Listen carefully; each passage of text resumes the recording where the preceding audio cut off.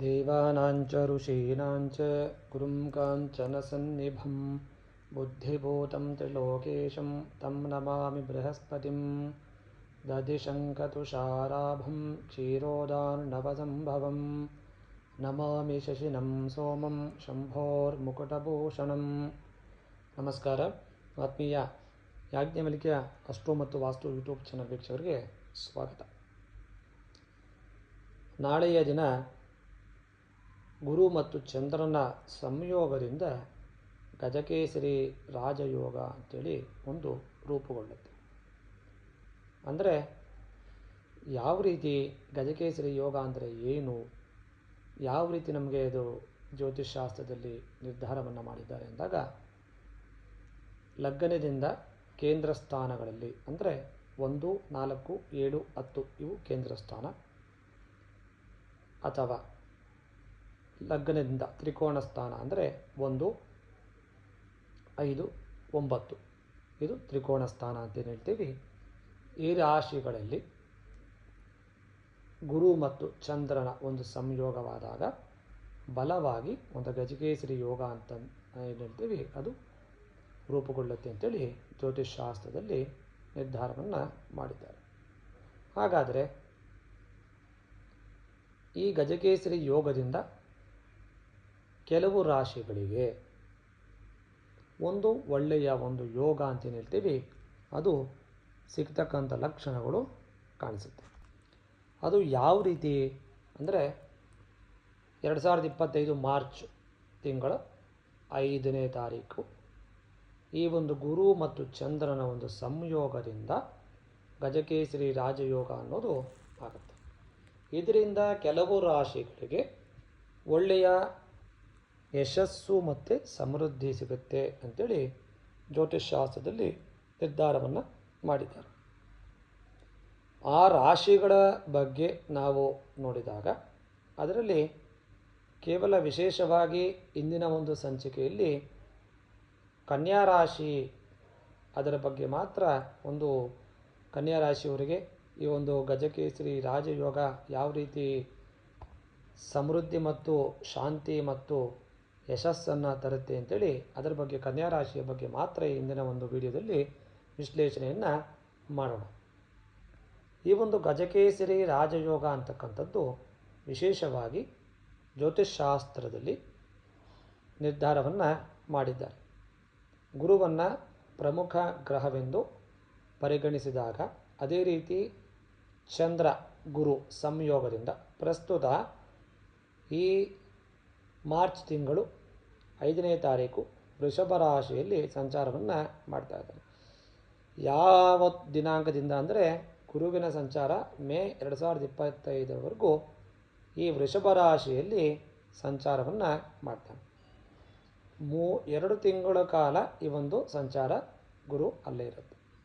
ಆ ವೃಷಭ ರಾಶಿಯಲ್ಲಿ ಚಂದ್ರನ ಒಂದು ಸಂಯೋಗ ಸೇರ್ತಕ್ಕಂಥ ಒಂದು ಯೋಗ ಅಂತ ಏನು ಹೇಳ್ತೀವಿ, ಅದರಿಂದ ಸಂಯೋಗ ಚಂದ್ರನೊಂದಿಗೆ ಗುರುವಿನ ಒಂದು ಸಂಯೋಗವನ್ನು ಬಹಳ ವಿಶೇಷವಾಗಿ ಪರಿಗಣಿಸಲಾಗುತ್ತೆ. ಅಂದರೆ ಜ್ಯೋತಿಷ್ಯದ ಪ್ರಕಾರ ಚಂದ್ರ ಮಾರ್ಚ್ 5, 2025ರಂದು ಈ ದಿನಾಂಕದಿಂದ ವೃಷಭ ರಾಶಿಯನ್ನು ಚಂದ್ರ ಪ್ರವೇಶವನ್ನು ಮಾಡ್ತಾನೆ. ಗುರುಗ್ರಹ ಈಗಾಗಲೇ ವೃಷಭ ರಾಶಿಯಲ್ಲಿ ಇರತಕ್ಕಂಥ ಕಾರಣದಿಂದ ಈ ಒಂದು ಪರಿಸ್ಥಿತಿಯಲ್ಲಿ ಚಂದ್ರ ಮತ್ತು ಗುರುಗಳ ಒಂದು ಸಂಯೋಗ ನಡೆಯುತ್ತೆ. ಈ 2 ಗ್ರಹಗಳ ಒಂದು ಸಂಯೋಜನೆಯಿಂದ ಪ್ರಬಲವಾಗಿರ್ತಕ್ಕಂಥ ಒಂದು ಗಜಕೇಸರಿ ರಾಜಯೋಗವನ್ನು ಸೃಷ್ಟಿಯಾಗುತ್ತೆ ಅಂತೇಳಿ ಹೇಳ್ಬೋದು. ಈ ಯೋಗವು ಒಳ್ಳೆಯ ಒಂದು ಶಕ್ತಿಶಾಲಿ ಯೋಗ ಅಂತೇಳಿ ಹೇಳ್ಬೋದು. ಕಾರಣ ಗಜ ಅಂದರೆ ಆನೆ, ಕೇಸರಿ ಅಂದರೆ ಸಿಂಹ, ಎರಡೂ ಸೇರಿದಾಗ ಗಜಕೇಸರಿ ಅಂತೇಳಿ ಹೇಳ್ತೇವೆ. ಒಂದು ರಾಜನ ಒಂದು ಗಾಂಭೀರ್ಯವನ್ನು ಕೊಡ್ತಕ್ಕಂಥ, ಆನೆ ಅಂದರೆ ವಿಶೇಷವಾಗಿರ್ತಕ್ಕಂಥ ಒಂದು ಪ್ರಾಣಿ. ಹಾಗಾಗಿ ಎರಡೂ ಸೇರಿದಾಗ ಆನೆ ಮತ್ತು ಸಿಂಹ ಸೇರಿದಾಗ ಒಂದು ವಿಶೇಷವಾಗಿರ್ತಕ್ಕಂಥ ಒಂದು ಶಕ್ತಿ ಅಂದರೆ ಗಜಕೇಸರಿ ಯೋಗ ಅಂತೇಳಿ ಒಂದು ರೂಪುಗೊಳ್ಳುತ್ತೆ. ಈ ಯೋಗದ ಬಲದಿಂದ ಕೆಲವು ರಾಶಿಗಳಿಗೆ ಒಂದು ಒಳ್ಳೆಯ ಶುಭ ಸುದ್ದಿ ಅಂದರೆ ಆರ್ಥಿಕವಾಗಿ ಪ್ರಗತಿಯನ್ನು ಕಾಣ್ತಾರೆ ಅಂತೇಳಿ ಹೇಳಬಹುದು. ಅದರಲ್ಲಿ ವಿಶೇಷವಾಗಿ ಇಂದಿನ ಒಂದು ಸಂಚಿಕೆಯಲ್ಲಿ ಕನ್ಯಾ ರಾಶಿಯ ಬಗ್ಗೆ ನಾವು ವಿಶ್ಲೇಷಣೆಯನ್ನು ಮಾಡೋಣ. ಈ ಕನ್ಯಾ ರಾಶಿಯಲ್ಲಿ ಹುಟ್ಟಿರ್ತಕ್ಕಂಥ ವ್ಯಕ್ತಿಗಳಿಗೆ ಈ ಮಾರ್ಚ್ 5ನೇ ತಾರೀಕಿನಿಂದ ಗಜಕೇಸರಿ ಯೋಗದ ಒಂದು ಬಲ ಏನಾಗುತ್ತೆ, ಅದರಿಂದ ಅವರಿಗೆ ಊಹೆ ಮಾಡಿರೋದೇ ಇಲ್ಲ ಆ ರೀತಿಯ ಒಂದು ಅದ್ಭುತವಾದ ಒಂದು ಪ್ರಕ್ರಿಯೆಗಳು ಈ ಒಂದು ಕನ್ಯಾ ರಾಶಿಯವರಿಗೆ ಸಿಗುತ್ತೆ ಅಂತೇಳಿ ಹೇಳ್ಬೋದು.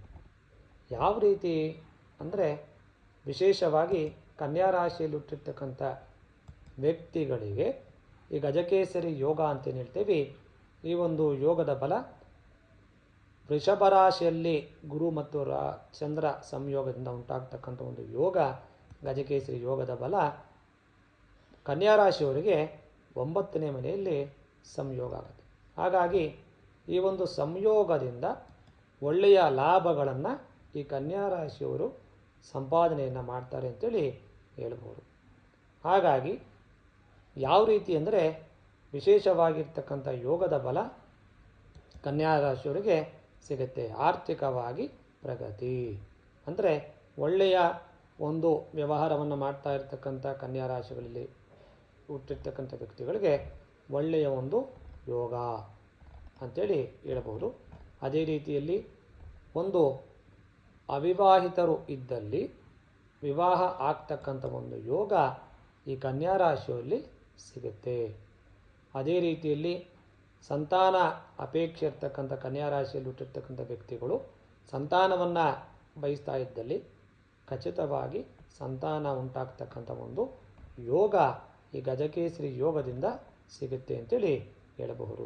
ಅದೇ ರೀತಿ ವಿಶೇಷವಾಗಿರ್ತಕ್ಕಂಥ ಒಂದು ಮನೆ ಯೋಗ ಅಂದರೆ ಗೃಹ ಯೋಗ ಅಂತೇನು ಹೇಳ್ತೀವಿ, ಆ ಗೃಹ ಯೋಗವೂ ಸಹ ಈ ಕನ್ಯಾ ರಾಶಿಯಲ್ಲಿ ಹುಟ್ಟಿರ್ತಕ್ಕಂಥ ವ್ಯಕ್ತಿಗಳಿಗೆ ಸಿಗುತ್ತೆ.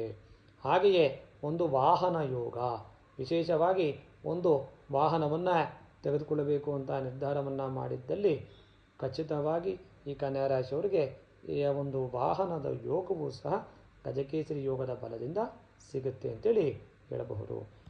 ಬೇಕಾಗಿರ್ತಕ್ಕಂಥ ಆರ್ಥಿಕವಾಗಿರ್ತಕ್ಕಂಥ ವ್ಯವಹಾರದಲ್ಲಿ ಲಾಭ ಮತ್ತು ಭೂಲಾಭ ಮತ್ತು ವಾಹನ ಲಾಭ, ಅದೇ ರೀತಿ ವಿದ್ಯಾಕ್ಷೇತ್ರದಲ್ಲಿ ಒಳ್ಳೆಯ ಲಾಭಗಳನ್ನು ಈ ಕನ್ಯಾ ರಾಶಿಯವರು ಸಂಪಾದನೆಯನ್ನು ಮಾಡ್ತಾರೆ. ಹಾಗಾಗಿ ಈ ಒಂದು ಕನ್ಯಾ ರಾಶಿಯಲ್ಲಿ ಹುಟ್ಟಿರ್ತಕ್ಕಂಥ ವ್ಯಕ್ತಿಗಳಿಗೆ ಈ ಒಂದು ಮಾರ್ಚ್ 5, 2025ರಲ್ಲಿ ಉಂಟಾಗ್ತಕ್ಕಂಥ ಗಜಕೇಸರಿ ಯೋಗದ ಬಲದಿಂದ 2-3 ತಿಂಗಳ ಕಾಲ ಒಳ್ಳೆಯ ಯೋಗದ ಬಲ ಸಿಗುತ್ತೆ ಅಂತೇಳಿ ಹೇಳಬಹುದು. ಹಾಗಾಗಿ ಗಜಕೇಸರಿ ಯೋಗದ ಬಲದಿಂದ ಈ ಕನ್ಯಾ ರಾಶಿಯವರಿಗೆ ವಿಶೇಷವಾಗಿರ್ತಕ್ಕಂಥ ಆರ್ಥಿಕ ಅಭಿವೃದ್ಧಿ ಮತ್ತು ಗೃಹಯೋಗ, ವಾಹನ ಯೋಗ ಮತ್ತು ವಿವಾಹ ಕಂಕಣ ಬಲ ಯೋಗ ಅಂತೇನು ಹೇಳ್ತೀವಿ ಅದು ಸಹ ಸಿಗುತ್ತೆ. ಸಂತಾನ ಅಪೇಕ್ಷೆ ಇರ್ತಕ್ಕಂಥ ಇದ್ದಲ್ಲಿ ಆ ಒಂದು ಸಂತಾನದ ಒಂದು ಯೋಗವೂ ಸಹ ಈ ಕನ್ಯಾ ರಾಶಿಯವರಿಗೆ ಸಿಗ್ತಕ್ಕಂಥ ಲಕ್ಷಣಗಳು ಜಾಸ್ತಿಯಾಗಿ ಇದೆ ಅಂತೇಳಿ ಹೇಳ್ಬೋದು. ಹಾಗಾಗಿ ಈ ಕನ್ಯಾ ರಾಶಿಯವರಿಗೆ ವಿಶೇಷವಾಗಿ ಈ ಗಜಕೇಸರಿ ಯೋಗದ ಬಲದಿಂದ ಈ 2025 ಮಾರ್ಚ್ ತಿಂಗಳು 5ನೇ ತಾರೀಕು ಉಂಟಾಗ್ತಕ್ಕಂಥ ಗಜಕೇಸರಿ ಯೋಗದ ಬಲದಿಂದ ಆರ್ಥಿಕವಾಗಿ ಪ್ರಗತಿ ಮತ್ತು ಗೃಹಲಾಭವನ್ನು ಖಚಿತವಾಗಿ ಪಡಿತಾರೆ ಅಂತೇಳಿ ಹೇಳಬಹುದು. ಮುಂದಿನ ಒಂದು ಈ ಗಜಕೇಸರಿಯ ಯೋಗದ ಬಲದಿಂದ ಇನ್ನೂ 2-3 ತಿಂಗಳು ಯಾವೆಲ್ಲ ರಾಶಿಗಳಿಗೆ ಒಂದು ಅದ್ಭುತವಾದ ಗಜಕೇಸರಿಯ ಯೋಗದ ಬಲ ಸಿಗುತ್ತೆ ಮತ್ತು ಯಾವೆಲ್ಲ ರಾಶಿಗಳಿಗೆ ಅವರಿಗೆಲ್ಲ ಆರ್ಥಿಕವಾಗಿ ಅಭಿವೃದ್ಧಿ ಆಗುತ್ತೆ, ಈ ಒಂದು ಗಜಕೇಸರಿ ಯೋಗದಿಂದ ಉಂಟಾಗ್ತಕ್ಕಂಥ ಫಲಗಳು, ಅದರ ವಿಶೇಷಗಳ ಬಗ್ಗೆ ಮುಂದಿನ ಸಂಚಿಕೆಯಲ್ಲಿ ಇನ್ನು ಯಾವೆಲ್ಲ ರಾಶಿಗಳಿಗೆ ಸಿಗುತ್ತೆ ಅಂತೇಳಿ ಅದರ ಬಗ್ಗೆ ನಾವು ಮುಂದಿನ ಸಂಚಿಕೆಯಲ್ಲಿ ನೋಡೋಣ. ನಮಸ್ಕಾರ.